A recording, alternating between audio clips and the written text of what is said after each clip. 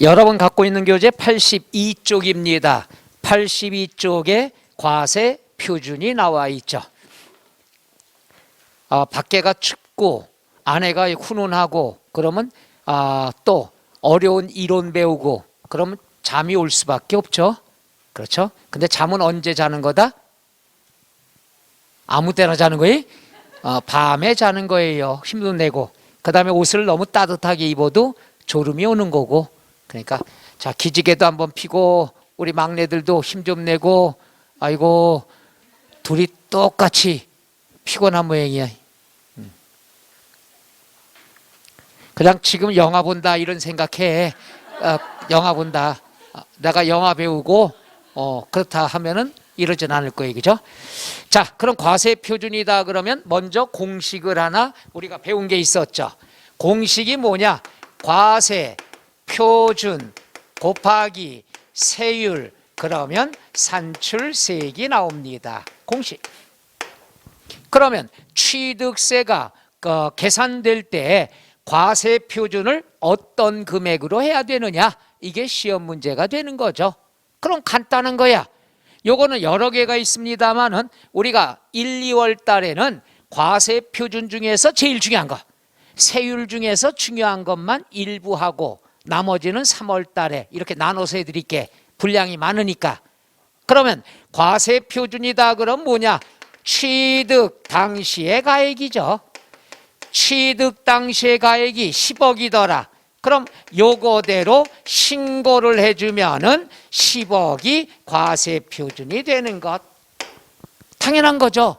취득세니까 과세 표준이 뭐가 되냐? 취득 당시의 가액 10억짜리 주고 샀다.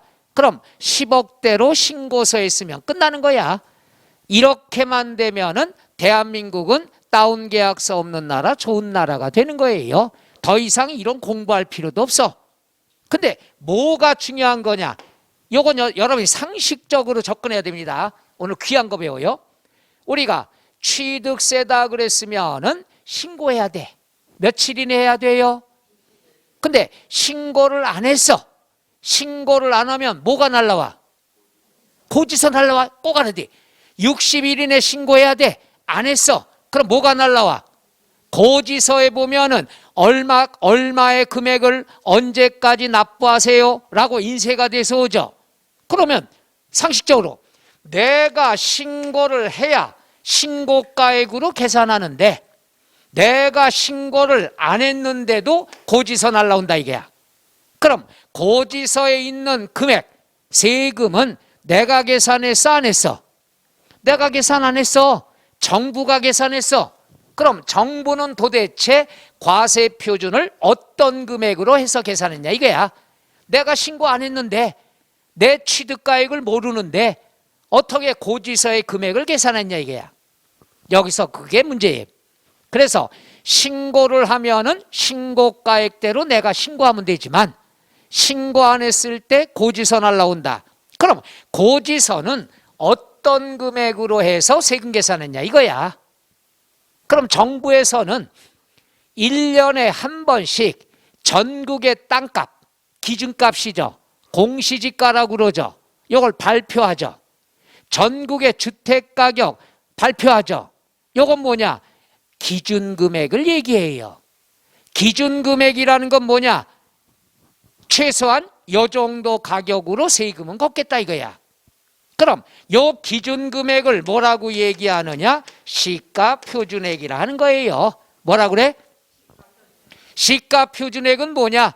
표준이야 표준. 전국의 땅값, 전국의 집값 표준액이야. 다시 말해서 기준금액을 얘기하죠. 요 기준금액은요 일반 실거래가 금액에 대비해서 5, 60% 선분이 안 돼요. 싸단 얘기죠. 요 정도는 아시나? 전국의 땅값. 그래서 매일 그러잖아요. 내년에는 시가 표준액을 갖다가 실거래가의 90%까지 올리겠다 이렇게 나오잖아. 기준금액 올리겠다 이거야. 이 기준금액이 시가 표준액이야. 현재까지 우리나라는 실거래가의 5, 60% 선이에요. 따라서 신고 안 하면은 6억으로 해서 세금 고지서가 날라온다 이거야. 그러면 신고를 하면 10억인데 신고를 안 하면 6억으로 해서 취득세가 적게 나온다 이거야. 그럼 여러분 입장에서 신고 안 하면 세금이 더 적어지네? 그럼 신고 안 하는 게 유리하겠죠? 아니죠. 이걸 꼭 알아둬야 되는 거야. 항상 세금을 내라고 했을 경우에는 여러분 기분 좋게 대출받아 세금 내야 돼. 지난주에 배웠죠? 그래야 돼. 그래야 내 재산의 가치를 인정받는 거야. 내가 신고를 했어. 그럼 10억으로 인정받아, 내 재산. 근데 신고 안 하면 내 재산을 얼마로 인정해? 6억으로 인정해 주는 거야. 그럼 나중에 이것을 양도를 했을 경우에는 양도소득세가 많이 나온다는 얘기죠. 그래서 절세라는 게 뭐라고 그랬죠? 싼 취득세는 좀 더 내고 그래야 비싼 양도소득세를 절약할 수가 있다고 그랬죠. 무조건 나 세금 못 내, 배째, 이건 바보 쪼다라고 그랬어요. 낼 건 더 많이 내란 얘기죠. 말 이해가셔? 바로 이것 때문에. 그래서 합법적으로 취득가액을 부풀리는 게 좋다고 그랬죠. 여기까지는 지난주에 다 배웠던 내용이 바로 그거야. 그래서 신고하면 신고가액만큼 취득세는 더 내겠지만 정부가 내 재산의 가치를 인정해 주는 거고, 신고를 안 하면 취득세는 적게 내지만은 내 재산의 가치를 인정 못 받는 거란 얘기지. 그래서 정리하면 신고하는 게 좋아요, 나빠요? 좋아요. 왜? 싼 취득세는 좀 더 내는 대신에 재산의 가치를 인정받으니까. 그래서 신고하면 신고가액, 신고 안 하면 뭐가 되죠? 시가 표준액이 된다는 것. 그런데 신고를 했는데 시가 표준액보다 미달하게 신고했다 이거야. 다운계약서 터무니없이. 자, 6억이 시가 표준액인데 5억으로 신고했어. 다운계약서 썼어. 그러면 5억으로 신고했을 때 신고가액 인정한다 안 한다? 안 한다. 최소한의 예까지는 걷겠다는 얘기야. 네 재산의 가치가 오늘 현재 이만큼이니까 이만큼은 최소한 걷겠다. 그럼 시가 표준액보다 미달하게 신고했을 때는 뭘 적용해야 된다? 시가 표준액이 된다. 그러니까 금액이 두 개 있으면 이 중에 어떤 금액이 된다? 큰 금액이 된다. 아까 배웠잖아. 한 번 더. 날짜가 여러 개 있으면 어떤 날? 금액이 가장 빠른 날. 가장은 또에 들어가 당황했어. 금액이 여러 개 있으면 어떤 금액? 많은 금액은 또 뭐요? 높은 금액은 뭐요? 높은 금액은 장롱위에 숨겨놓은 비자금이 높은 금액이고, 이모 안 맥히네. 금액은 큰 금액. 세율이 여러 개 나오면 어떤 세율? 높은 세율을 적용하더라. 끝. 이러면 되겠죠? 끝. 그 다음에 뭐가 있느냐? 여기 취득 당시의 가액으로 신고하고 연부는 연부금액, 사실상 지급액이라고 그랬죠. 그 다음 신고가 없거나 시가 표준액보다 적으면 뭐가 된다? 시가 표준액이 되더라. 이거야 이거. 이것만 알아도 한 문제 맞게끔 출제된 경우도 있습니다. 원칙, 신고가액. 신고 없으면 뭐가 된다? 시가 표준액이 된다. 시가 표준액이 뭐냐? 1년에 한 번씩 전국의 땅값, 전국의 집값을 표준 내죠. 그 표준 금액이 바로 시가 표준액이다. 기준금액이다. 그 다음엔 요거죠. 사실상의 취득가액. 사실상의 취득가액? 어디서 들었건데? 아까 날짜 배웠죠. 국수 공판장은 입증된 날이니까 사실상의 취득일이 된다고 그랬죠. 금액도 똑같아. 금액도 입증되니까 사실상의 취득가액이 얘기된다. 뭐가 있냐? 볼까요? 국가로부터 샀어. 여기 사장님이 국가라고 그러셨지. 10억짜리 국가 땅을 샀어. 그럼 내가 언제 잔금 줬나 국가가 알아 몰라? 그날이 취득일이죠. 그 다음 얼마를 내가 입금시켰나 알아 몰라? 그 금액이 취득가액이란 말이야. 사실상의 취득가액은 입증된 금액을 얘기하는 거지. 외국에서 수입을 했다. 세관 통과하죠. 그럼 얼마짜리 내가 수입했는가 세관 알아요 몰라요? 그 금액이 취득가액이란 말이야. 계속해야 되나? 공매 경매가 나왔으면은 자 경매 참여해서 1억에 낙찰받았어. 그럼 1억의 돈을 입금시켜야 내 거가 되죠. 그럼 얼마 주고 샀는지 경매기관 알아요 몰라요? 알잖아. 낙찰받은 금액. 그 금액이 취득가액이란 얘기죠. 그 다음 판결문 아까 강조했죠. 또 나온다고. 판결문에 있는 날짜가 취득일이고 판결문의 금액이 바로 뭐가 된다? 취득가액이 되죠. 판결문에 갑은 을에게 5월 5일에 5억을 지급하도록 판결한다. 판결문에 있는 5월 5일이 취득일이야. 5억이 뭐가 된다? 취득가액이 되죠.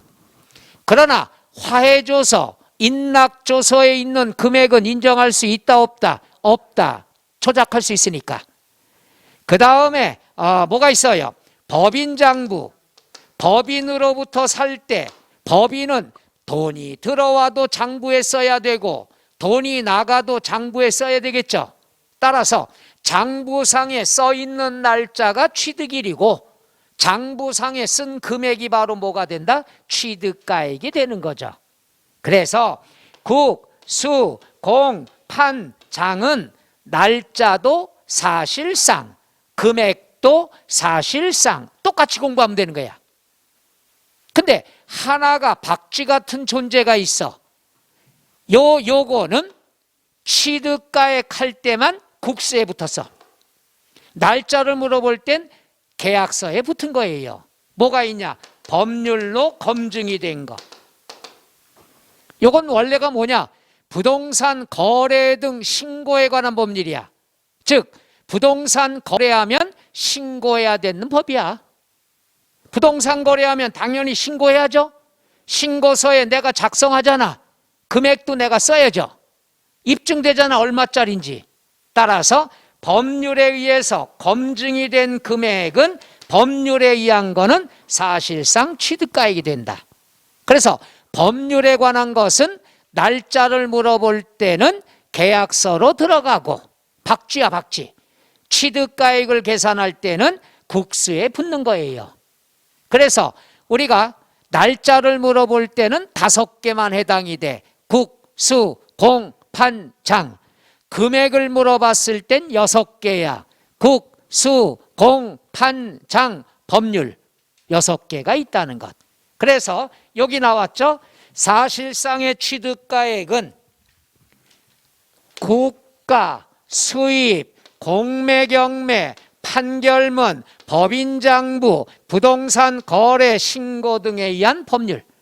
국수공판장 법률은 사실상 취득가액이 된다. 그러나 화해조서, 인락조서는 어떻게 한다? 제외한다. 끝. 여기까지 오늘 과세표준 배웁니다. 이거 말도 여러 개가 있습니다만은 일단 1월 달에는 제일 심장만 공부하면 돼요. 오케이? 정리합니다.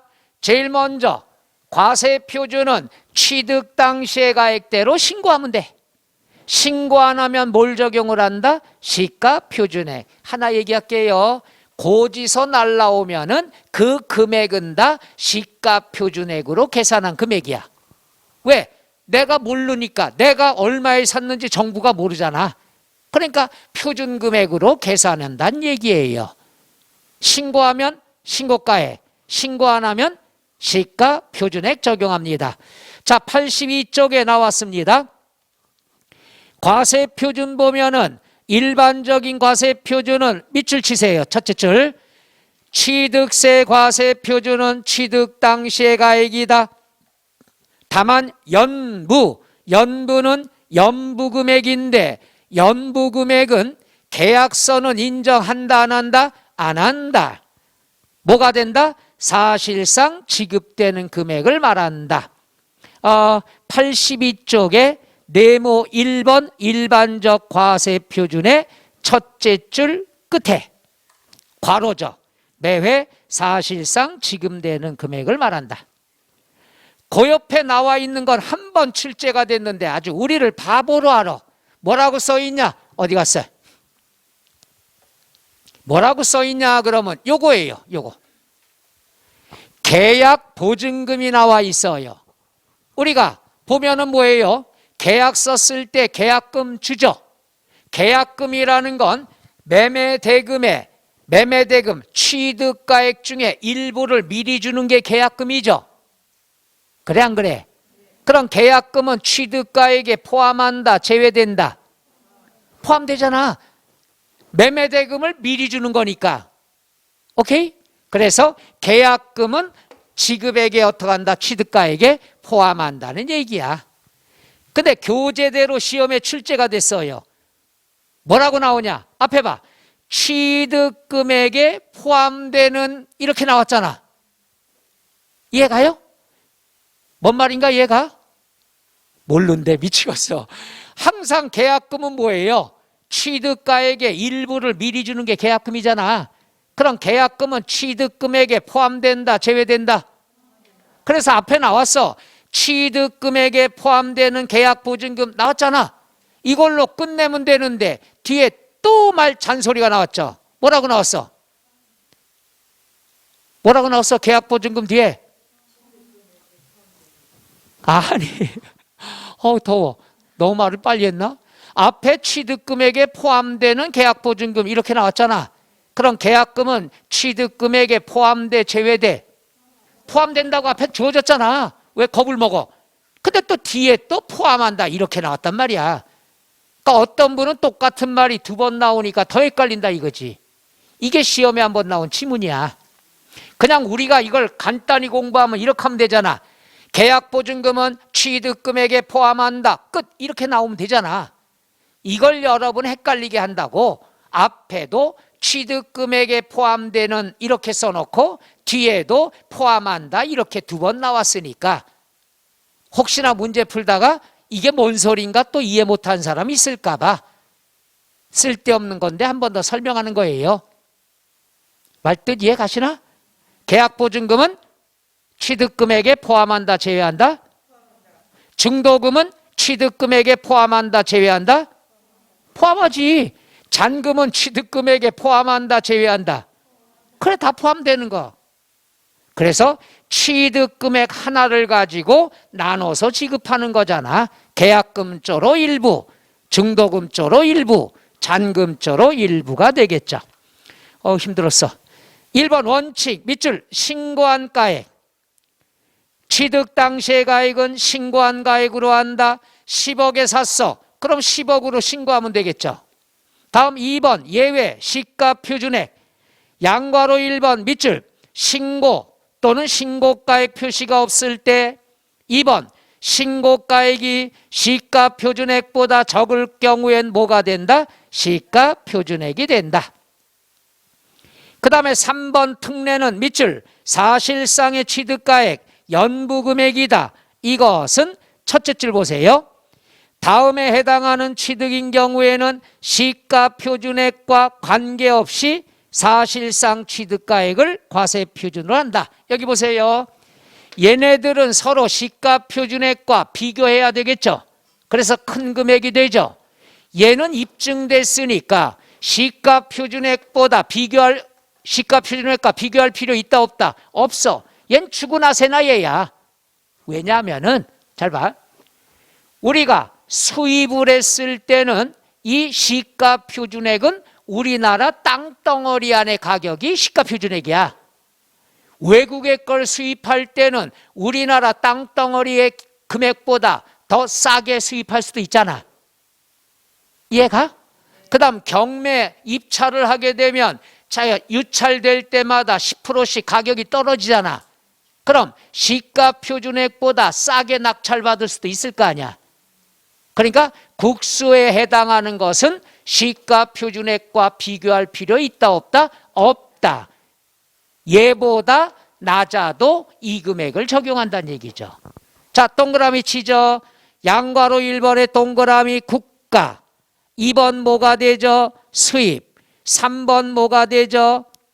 동그라미 1번 판결문. 그런데 첫째 줄 맨 끝에 단, 화해, 포기, 인락, 자백간주는 제외한다 그랬죠. 이건 쌍방 조작 가능성이 있으니까 인정 못한다 이거야. 그 다음에 2번 동그라미 법인장부, 4번 동그라미 공매, 앞에다 하나 써놓죠. 경매, 공매, 경매. 그 다음 83쪽에 양괄호 5번 동그라미 법률, 법률에 의해서 검증이 이루어졌으면은 그 검증된 금액이 취득가액이 된다. 다시 결정합니다. 날짜를 물어볼 때는 5개, 국수공판장, 금액을 물어볼 땐 6개, 국수공판장하고 법률, 이렇게 알아두시면 됩니다. 그 다음에 4번 확인된 금액부터는 확인된 금액이다 그랬으면은 요거예요. 여기다 써드렸죠. 여기까지만 할 겁니다. 요거 사실상의 취득가액이 100원이라고 결정이 났어. 법률에 의해서 취득액이 100원이야. 그런데 세무서장이나 지방국세청장으로부터 자료를 통보받았어. 통보받은 자료에 의해서 확인된 금액이 얼마 나오냐? 200원이야. 잘 봐요. 법률에 의해서 검증되면 요게 취득가액이라고 그랬지. 그런데 100원으로 확인이 됐는데 세무서장이 자료 보내왔어. 지방국세청장이 자료 보내왔어. 이 자료를 가지고 확인을 해보니까 200원이야. 사실상은 100원인데 아무 말이 없으면 100원이 취득가액이야. 근데 세무서장이 보낸 자료의 금액이 확인된 금액이 더 커. 이럴 경우에는 둘 중에 어떤 금액을 적용한다? 큰 금액. 항상 세법은 금액이 여러 개 있으면 큰 금액이야. 그럼 세무서장이 통보한 자료에 의해서 확인된 금액보다 얘가 적어. 그러면 뭘 적용해야 된다? 확인된 금액. 큰 금액이니까. 자, 그거 한번 밑줄 쳐볼게요. 첫째 줄 밑줄. 부동산 거래 신고 등에 관한 법률. 바로 밑에 줄에 따라 검증이 이루어진 취득의 경우에는 사실상의 취득가격이 건너뛰고 세무서장이나 지방국세청장으로부터 통보받은 자료, 그 밑에 줄에 결과에 따라 확인된 금액보다 적으면은 사실상의 취득가액, 연부금액에도 불구하고 밑줄 확인된 금액이 과세표준이 된다. 그 지문 무슨 뜻인가 이해 가시나? 다시 사실상의 요거야. 취득가액이 100원이야. 그런데 세무서장이 통보해준 자료로 확인하니까 200원이야. 확인된 금액보다 사실상의 취득 검증된 게 적으면은 뭘 적용한다고 그랬죠? 확인된 금액이란 얘기야. 좀 더 쉽게 이해하려면은 금액이 사실상의 취득가액이 나왔네. 확인된 금액이 있네. 그럼 금액이 2개 있으니까 둘 중에 어떤 금액이 된다? 큰 금액. 그럼 어디서 하느냐? 확인된 금액보다 얘가 적대. 그럼 어떤 금액이 더 큰 거야? 확인된 금액이 큰 거란 얘기 아니야. 그러니까 외우지 말고 지문에 힌트가 나온다니까. 자, 여기 잘 봐. 법률에 의하여 검증된 금액이 100원. 확인된 금액보다 적대요. 그건 100원보다 크다는 얘기지. 그럼 둘 중에 어떤 게 더 큰 금액이다? 확인된 금액이 된다. 그러니까 세법에서 금액이 여러 개 나왔다. 그럼 항상 그 중에 어떤 금액 적용한다? 큰 금액. 그럼 끝나는 거예요. 공부할 때 이런 식으로 하면 편합니다. 끝. 나머지 뒤에 나와 있는 것들은 체크했다가 다음 3월 달에 강의를 합니다. 끝. 요거 꼭 알아두셔야 됩니다. 과세표준의 제일 중요한 거. 그 다음에 92쪽에 7절 세율이 나옵니다. 자, 우리가 세율이라는 것도 일부만 오늘 배우고 3월 달에 나머지 배웁니다. 왜? 숫자 처음부터 공부하다 기절하니까. 그럼 여기 보세요. 과세 표준에 대해서 얼마가 과세 표준이 됐나 배웠어. 그럼 세율은 몇 프로냐 이걸 배우는 거예요. 세율은 많다, 외울 거 많다 별로 없어요. 이해만 반복해서 하면 되죠. 자, 그래서 세율이라는 것이 나옵니다. 잘 보세요. 잘 보셔야 돼. 우리가 제일 먼저 표준 세율이라는 말을 배우는데 이거는 중요한 게 아니야. 왜? 세율의 명칭이야, 명칭. 어디에서 쓰는 거? 지방세에서 사용하는 세율들을 다 이름을 뭐라 그런다? 표준 세율이라고 그래요. 그럼 지방세 세 개 순서대로 배우죠. 취득세, 표준 세율, 등록면허세, 표준 세율, 재산세, 표준 세율. 그러니까 지방세에서 사용하는 세율의 이름이라는 거. 그럼 표준 세율이라는 것은요, 세율이 정해져 있지만 얘는 지키지 않아도 되는 세율이야. 세율은 있지만 안 지켜도 돼. 왜 그러냐? 표준 세율에는 탄력 세율이 같이 나온다. 요거는 지방세에서 매번 배웁니다. 취득세 세율을 무슨 세율이라 한다? 표준 세율. 얘는 지켜야 된다, 지키지 않아도 된다? 안 지켜도 돼. 왜? 탄력 세율이라는 걸 적용하니까. 탄력의 뜻이 뭐예요? 늘릴 수도 있고 줄일 수도 있는 거야. 그럼 표준 세율은 탄력 세율 적용하는데 탄력 세율은 뭐냐? 지방자치단체장에게 권한을 준 거야. 야, 지방자치단체장아, 너 네 단체 지방자치의 상황에 따라서 표준 세율을 100분의 50 범위 내에서 늘릴 수도 있고 줄일 수도 있다. 그러니까 50% 선에서 늘릴 수도 있고 줄일 수도 있다. 권한을 준 거야. 누구한테? 지방자치단체장에게. 이게 무슨 말이냐? 예를 들어 표준 세율이 몇 프로냐 그러면은 표준 세율이 4%라고 일단 가정을 해보죠.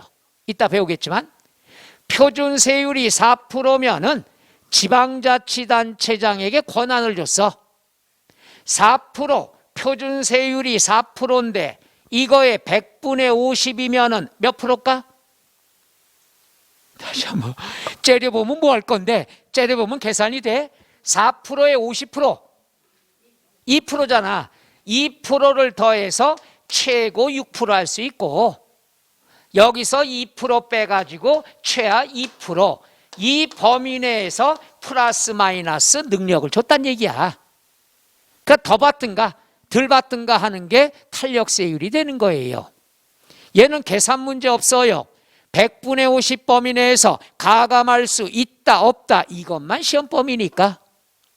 이거는 뭐냐? 시험에 안 나오는데 여러분 이해를 돕기 위해서 만드는 거야. 원래가 세법에는 4% 돼 있지만 니네 경기에 따라서 더 받든가 덜 받든가 하라 이거야. 그러니까 표준 세율은 지켜지지 않아도 된다는 얘기죠. 4% 있지만 안 지켜도 된다는 얘기야. 이해 가셔? 이거는 뭐냐 하면 좋겠다. 예를 들어서 남양주시에서 어떻게 하느냐? 취득세는 특별시니 특광도 되니까 여기는 경기도야. 경기도에서 4%야. 근데 서울에서는 어떡합니까? 야, 4% 갖고 안 돼. 우리 6% 거둘 거야. 세금 수입이 많아지죠. 많아지지만 다음 선거 때 붙어 떨어져. 왜? 세금 많이 걷다고. 일은 많이 했죠. 예산이 많이 들어오니까 CCTV도 말고 가로수도 교체하고 일은 많이 했어. 근데 너무 많이 걷어서 떨어져. 또 하나는 서울이 4% 했는데 경기도에서 2% 했어. 탄력세율. 그러면 예산이 없어서 일을 못해 떨어지는 거예요. 다음 선거 때. 그렇잖아. 2%뿐이 안 걷었으니까 예산이 적지. 예산이 적으니까 어떻게 돼? 일 안 한다고 떨어지는 거예요. 그래서 현재 탄력세율을 권한을 줬지만은 지금 적용되는 지방자치단체가 거의 없다는 얘기야. 이유가 뭔지 이해 가나요? 선거해야 되니까. 표를 의식할 수밖에 없으니까. 자, 그래서 지방세에서 사용하는 세율의 이름을 뭐라 그런다? 표준세율. 표준세율의 100분의 50 범위 내에서 늘릴 수도 있고 줄일 수도 있는 걸 무슨 세율이라 한다? 탄력세율. 얘 시험에 자주 나옵니다. 재작년까지 출제가 됐어요. 어떻게? 항상 거의 맞게끔 나옵니다. 표준세율의 100분의 50 범위 내에서 가감할 수 있다. 옳은 지문으로 나왔어. 이걸 재작년에 했더니 처음으로 틀린 지문 나왔어요. 내 소리가 들어가나 봐. 내가 1년 내내 그랬거든. 틀리게 나온 적이 한 번도 없습니다. 100분의 50 탄력적으로 합니다. 했더니 재작년 시험에 틀린 지문 나왔어. 처음으로 100분의 50인데 100분의 40으로 틀리게 나온 적이 있다는 얘기예요. 이게 유치한 거예요. 자, 그 다음 두 번째, 같은 물건에 대해서 아까 배웠죠. 같은 물건에 대해서 둘 이상의 세율이 적용되면 이 중에 어떤 세율 적용한다? 높은 세율 적용한다. 얘가 항상 높은 옳은 지문 나오고 다음 시험에는 낮은 틀린 지문으로 나왔습니다. 이게 세법 문제야. 높냐 낮냐 두 갈래 길로 출제가 되는 거야. 그 다음에 이제 표준세율 들어갑니다. 표준세율 지금부터 해야 되는데 세율이라는 건 숫자니까 이거 꼭 외워야 되느냐? 아니에요. 취득세는요 1000분의 23 아니면 1000분의 28이야. 짠하다 23 아니면 비싸고. 이렇게 이해하시면 편해. 외울 것도 없어. 몇 번 반복하면 끝나는 거야. 무슨 말인가 볼게요. 상속을 받으면 상속세도 내고 취득세도 내죠. 그래 안 그래? 그럴 때는 우리가 물건에 따라서 달라. 여기서 알아두셔야 될 게 세법에서는 땅 중에는 농사 짓는 땅, 농지, 그 다음에 사람이 먹고 자는 주택, 농지와 주택에 대해선 모든 세금이 쌉니다. 농지와 주택에 대해서. 그래서 우리가 상속받았으면 물건에 따라 세율이 달라. 농지냐 아니냐. 농사 짓는 땅은 농사 짓느라고 짠하다 이거야. 짠하면 23이야. 그렇지 않으면 28이고. 그래서 첫째 공부할 때 상속받았을 때 농지냐 아니냐. 농사 지면 힘드니까 짠해. 1000분의 얼마? 23 아니면 28. 왜 할 것도 없어. 짠해. 23 아니야 28. 그 다음 두 번째, 상속 이외의 무상 증여라고 그랬죠. 상속이 안 나오면 증여라고 그랬잖아. 증여는 떡볶이 할머니, 떡볶이, 전재산, 대학교 기부했다. 이게 증여야. 그럼 증여는 뭐냐? 물건하고 관계없어. 증여를 받은 사람이 누구냐? 증여를 받은 사람이 비영리 사업자다. 비영리 사업자는 뭐냐? 영리가 목적이 아니야. 돈벌이가 목적이 아니야. 공익사업용이야. 대표적인 게 학교.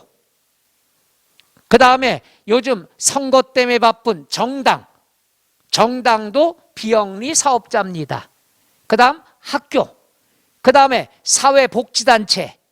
이런 데들은 기부, 증여를 받아서 좋은 일에 쓰죠. 그러니까 세금이 싼 거야. 예를 들어서 떡볶이 할머니, 전재산, 대학교에 기부했다. 받은 사람이 대학교죠. 그럼 비영리 사업자죠. 그러면 세금이 쌉니다. 28. 그런데 비영리 사업자가 아니다. 그럼 어떤 경우가 있느냐 그러면 이거야. 옆 동네 할아버지가 우리 동네 할머니를 꼬시려고 빌라 한 동을 사줬어. 그럼 할머니 개인이 증여를 받은 거죠. 불로소득이죠. 세금이 셉니다. 1000분의 얼마? 35가 된다는 것. 그래서 우리가 증여를 받았을 때는 물건은 관계없어. 누가 받았냐? 비영리 사업자가 받았다. 그럼 상속과 똑같아. 28. 그렇지 않고 비영리 사업자 이외다. 그럼 개인 할머니니까 불로소득 비싸. 1000분의 얼마? 35. 시험 때까지 이거 고정이야. 그 다음에 또 하나 해볼게요. 그 다음에 유상승계인데, 유상승계는요, 이따가 밑줄 쳐드릴 거예요. 매매, 교환 다 해당이 되죠. 제일 비싸. 내가 매매, 돈 주고 샀다. 그럼 물건에 따라서 농지냐 아니냐. 농지면은 싸요. 3%, 1000분의 30. 농지가 아니야. 비싸. 1000분의 얼마? 40. 그래서 1000분의 40이 제일 세율이 높다는 거 알아두시면 돼. 제일 높은 게 뭐야? 1000분의 40. 매매할 때. 그럼 제일 싼 게 뭐야? 짠할 때 1000분의 23. 왜 이걸 아느냐? 최근 시험에 취득세 표준세율이 가장 높은 건, 세율이 가장 낮은 거, 이게 시험에 나온 적이 있기 때문에 취득세에서 제일 높은 건 4%, 1000분의 40 매매했을 때. 제일 쌀 때는 뭐야? 농지 23. 그렇게 하시면 돼. 자, 그 다음에 좀 이따 하고요. 원시취득. 원시취득은 뭐가 있어요? 토지의 매립, 간척, 없던 땅을 만들었다. 원시취득이죠. 원시취득은 내가 만들었어. 짜네 안 짜네? 짜네? 안 짠하지. 그러면 28. 짠하면 23, 안 짠하면 28. 그 다음 공유물 분할, 합유물 분할, 총유물 분할, 또 하나 재산 분할. 그럼 분할의 뜻을 생각을 해. 분할. 분할은 쪼갠 거죠. 왜 쪼갰을까? 헤어지면서 쪼갠 거야. 공유물 남남끼리 헤어지는 거야. 재산 분할 부부끼리 헤어지는 거야. 헤어지면은 짜네 안 짜네? 짠하니까 23이란 말이야. 짠하니까 23. 괜히 분할이 왜 짠한지 모르면 끝이고, 분할은 헤어질 때 자르는 게 분할이에요. 그럼 알던 사람과 헤어지는 거니까 짠해서 23이다. 끝! 이러면 되는 거예요. 그럼 여기까지 일단 정리해 볼게요. 여기다 한번 해볼게. 여기 보세요. 제일 먼저 뭐가 있을까요? 제일 먼저 상속. 농지냐 아니냐?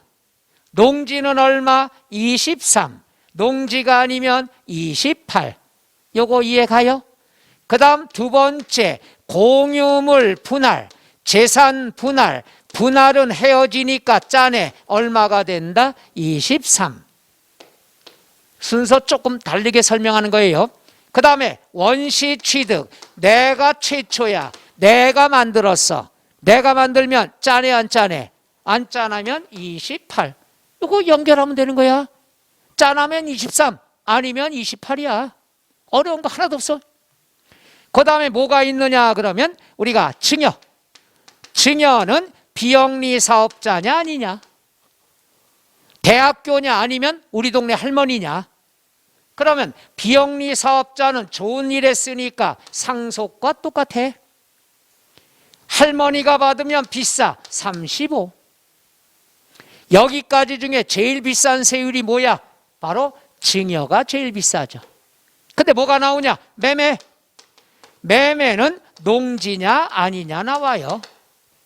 농지면 얼마? 30. 농지가 아니면 40. 숫자는 얘만 신경 쓰면 되는 거지. 나머지 짠하면 23, 아니면 28이 되는 거니까. 말 이해 가요? 이게 취득세 세율이야. 이것만 갖고도 문제 몇 개 풀어요. 표준세율 이거야.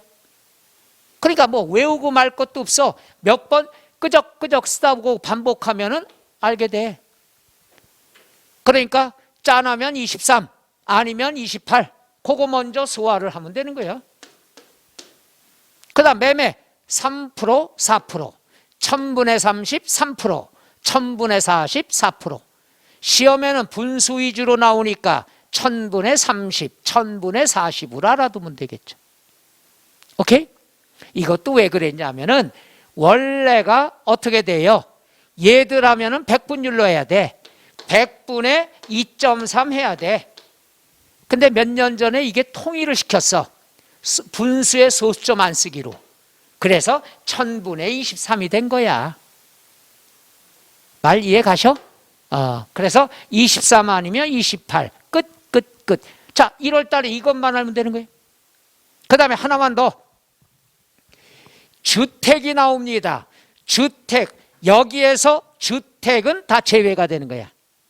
주택은 세 가지가 있어요. 자, 6억 이하, 9억 이하, 9억 초과 세 가지가 있다는 것. 요거는 조정대상 지역의 1세대 1주택, 조정대상 지역 이외의 1주택, 2주택 똑같아요.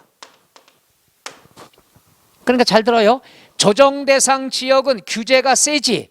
그럼 1주택만 세율이 요거야. 조정대상 지역이 아니면은 1주택, 2주택까지는 똑같아.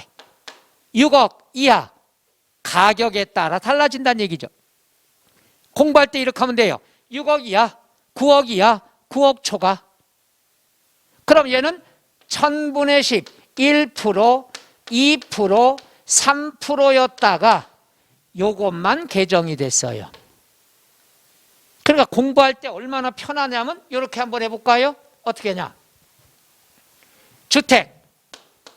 주택에 관한 것은 6억 이하, 9억 이하, 9억 초과 세 가지가 있어. 요건 1%, 요거 2%, 요거 3%였어. 공부하기도 쉽게. 이거 외울 것도 없잖아. 6억 이하, 9억 이하, 9억 초과 1, 2, 3 했다가 대부분의 주택이 9억 이하일 때 서민들을 도와준다고 해서 2% 고정이 아니라 가격에 따라서 세율이 차등 조절이 되게끔 개정이 됐어. 근데 이게 잘못된 거야. 왜? 조정대상 지역의 1주택은 대부분이 9억이 넘어. 집값이 올라가서. 얘를 고쳐야 되지 얘를 잘못 고쳤다는 얘기예요. 그럼 얘는 어떻게 하느냐? 얘는 그때 가격에 따라 다른데 공식이 여기 있어요. 이거는 계산 안 해주는 게 원칙인데 여러분 해주는 거야. 지금 막 잠이 올 것 같아서. 취득가액에다가 2를 곱하고 3억을 나눠줘. 2 곱하고 3억 나눠줘. 거기에서 3을 빼주면 되는 거예요. 얘는요, 이걸 외우려고 하면 안 돼요. 한 번, 두 번 내가 이해를 시키도록 할 테니까 지금 한번 해볼게요. 자, 예를 들어서 6억 초과 9억 이하야. 그럼 얼마로 할까? 7억으로 먼저 한번 해볼까? 그러니까 6억 이하는 1% 고정이야. 9억 초과는 무조건 3% 고정이야. 근데 6억 초과에서 9억 이하까지는 취득 가격에 따라 세율이 안 써도 돼, 안 써도 돼? 이거 책에다 있어. 이따 밑줄 쳐드릴까요? 이건 설명을 더 드려야 돼. 그럼 요거는 가격에 따라 다르니까 일단 7억으로 한번 해볼게요. 7억에 취득가액에다 곱하기 얼마 해줘라? 2. 이거 한 번 보면 이해가 될 거예요. 2. 그럼 14억이 나와. 여기에서 나누기 얼마? 3억이야. 3이 아니라 3억이야.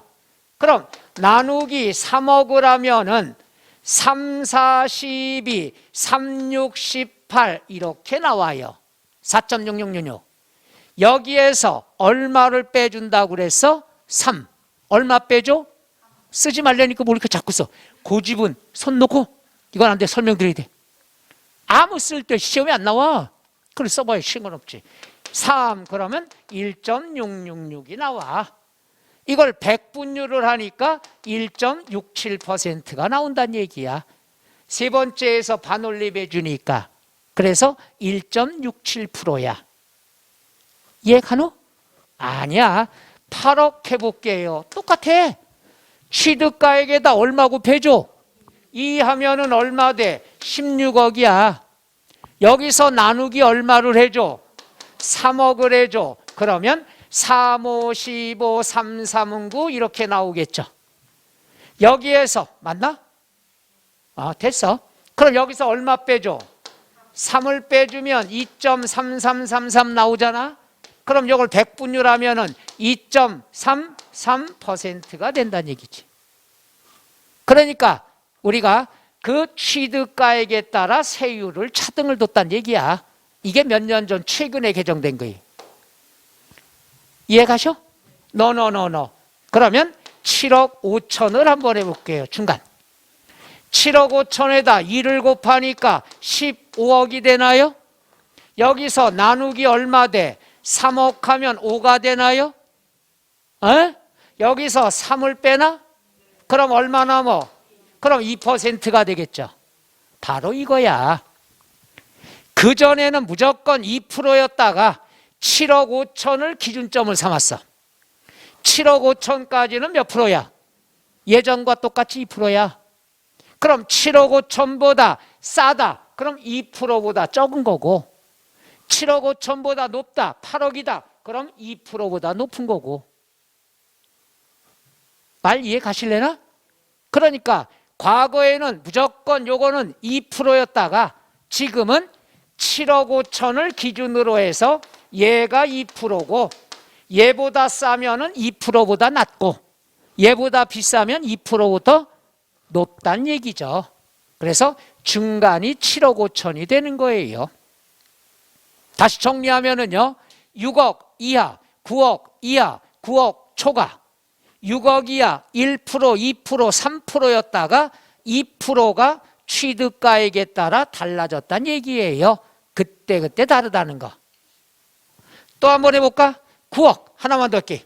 9억이다. 그럼 2를 곱하니까 18억이 되죠. 여기서 나누기 얼마? 3억. 그러면 6이 되죠. 6에서 3을 빼죠. 그럼 3 남죠. 100분율에도 3%가 되죠. 그래서 우리가 9억 원 초과하면은 다 대부분이 3% 적용한다는 얘기예요.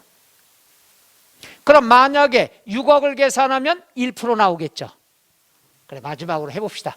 6억 곱하기 2, 12억 나누기 3억. 그러면 4 빼기 3, 1. 그럼 1% 나온다는 얘기예요. 이렇게 9억 이하 주택에 대해서는 서민용이라고 그래서 세율의 혜택을 나눠서 차등했는데 이젠 9억이 다 넘으니까 이걸 개정해야 될 때가 됐다는 얘기란 얘기죠. 제 말 이해가요? 뭐 조정 대상 지역은 뭐 비싼 건 뭐 몇십억 되고 몇백억 되지만은 일반적으로 서민주택도 다 9억은 넘습니다. 그러니까 앞으로 얘가 개정이 돼야 될 거라는 거. 너무 잘못 개정이 된 거예요. 아니, 잘못 개정이 된 게 아니라 개정된 다음에 집값이 너무 뛰었다는 얘기예요. 그래서 한 번 더 개정돼야 되지 않을까. 끝. 여기까지가 1월 달에, 아니 3월 달도 중요하지만 아주 취득세 표준세율에서 제일 중요한 것들이야. 자, 그럼 교재 나와 있는 거 간단히 밑줄 칠까요? 92쪽에 나왔습니다. 92쪽에 1번 부동산 취득의 세율 이렇게 나왔죠. 그중에 1번 밑줄 표준세율. 박스를 보세요. 상속으로 인한 취득, 농지면 23, 농지가 아니면 28. 외의 무상취득, 옆에 괄호 열고 증여 괄호 닫고. 무상승계는 상속이 있으면 상속, 없으면 무엇을 뜻한다? 증여. 괄호 안에 비영리 사업자는 28, 나머지 할머니는 35. 그 다음에 원시취득. 원시취득은 짠하지 않으니까 28. 그 다음에 말이 너무 길어. 밑줄 공유물 분할. 그 다음에 바로 밑박스에 합유물, 총유물 분할 이렇게 나왔죠. 오케이? 그 앞에다 하나 써놔요. 재산 분할. 분할은 똑같아. 공유물, 합유물, 총유물, 재산 분할 똑같아. 헤어지니까 짜네. 1000분의 얼마? 23. 짠하면 얼마라고 그랬어? 23. 그 다음에 그 밖의 원인 이렇게 공부하면 안 돼. 앞에다 써요. 매매, 교환 두 개 써. 매매, 교환. 매매나 교환은 돈 주고 사온 거죠. 돈 주고 사왔으면은 농지냐 아니냐. 농지는 30, 농지가 아니면 얼마? 40. 그 다음 박스 밑줄, 유상거래를 원인으로 취득하는 주택. 취득 당시의 가액이 오른쪽에 밑줄 6억 이하, 9억 이하, 9억 초과. 6억 이하 1000분의 10, 1%죠. 9억 초과는 1000분의 30, 3%죠. 6억 초과 9억 이하는 바로 밑 박스에 계산식이 나와 있죠. 밑줄 칠까요? 취득 당시에 가액의 곱하기 얼마? 곱하기 얼마? 2 나누기 얼마? 3억 원. 거기서 빼기 얼마? 3 곱하기 100분율 하면 나오겠죠. 이해 가시겠어? 그러니까 2를 곱하고 3억을 나눈다. 이거 알면 되는 거죠. 거기까지 알아두면 되는 겁니다. 그 다음에 오른쪽부터는 그거에 대한 세율 설명이니까 보시지 말고 94쪽에 양괄호 6번 밑줄 탄력세율 나와 있죠. 탄력세율의 정의가 나왔죠. 지방자치단체장은 조례로 정하는 바에 따라 취득세 세율을 부동산 취득세율 NO 부동산 취득세율 밑줄 치고 표준세율 이렇게 쓰세요. 표준세율. 지우라는 게 아니에요. 같은 뜻이란 얘기야. 표준세율의 100분의 50 범위에서 가감할 수 있다 없다? 있다. 그래서 표준세율은 지키지 않아도 되는 세율이란 얘기야. 탄력세율이 있으니까. 그 다음에 2번 체크. 중과세. 중과세율은 3월에 배우는 내용입니다. 중과세율. 그게 중과세율이 어디까지 나오는 거냐 하면은요. 아주 보다가 가출합니다. 보다가 가출해요. 111조까지 그게 중과세율 설명이야. 요건 3월 달에 내가 딱 4줄로 요약해 드릴 거야. 지금은 절대 볼 필요 없어요. 그 다음 111쪽에 5번 세율의 특례 나와 있죠. 체크. 요 세율도 언제 설명할 거냐? 3월 달에 설명 들어갑니다. 오케이? 그러니까 세율을 우리가 여러 개 배우는데 오늘은 표준세율과 탄력세율만 알아두란 얘기야.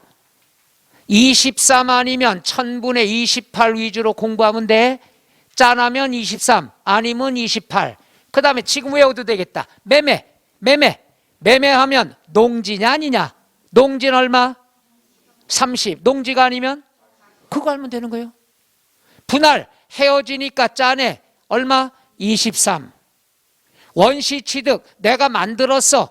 이건 짠한 게 아니니까 28. 이런 식으로 반복해서 하면 외우지 않아도 되는 거야. 외울 것도 없고. 그럼 나머지 세율은 또 외워야 되냐? 그것도 아니야. 아주 요약을 짧게 잘해드릴 거예요. 여기까지만 오늘 보시면 돼. 그 다음 115쪽에 8절 취득세 마지막입니다. 부가징수라고 나온 거 있죠. 이게 납세 절차라는 겁니다. 납세 절차는 거의 매년 나오는 지문이다. 이렇게 알아두시면 돼요. 최소한 지문 하나락도 나옵니다. 왜 그러냐? 세금은 징수하는 게 중요하다는 얘기죠. 그러니까 납세 절차가 비중을 차지할 수밖에 없다. 물론 이 내용도 우리가 지난 시간에 배웠던 게 포함된 게 있어요. 뭐뭐 포함됐나 볼까? 취득세는 신고해야 돼요? 고지서 날라와요? 신고. 그럼 취득일로부터 며칠 이내 신고해야 돼요? 신고 안 하면 뭐가 날라와요? 고지서에 뭐가 붙어서 와요? 또 해봅시다. 과소신고 몇 프로? 무신고? 또 다 잊어먹었어. 부당?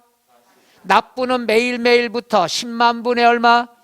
이게 또 나오는 거예요 여기서. 오케이? 반응이 없어? 반응이 없어서 10분간 쉬었다 하겠습니다. 세율도 크게 걱정할 거 없어요.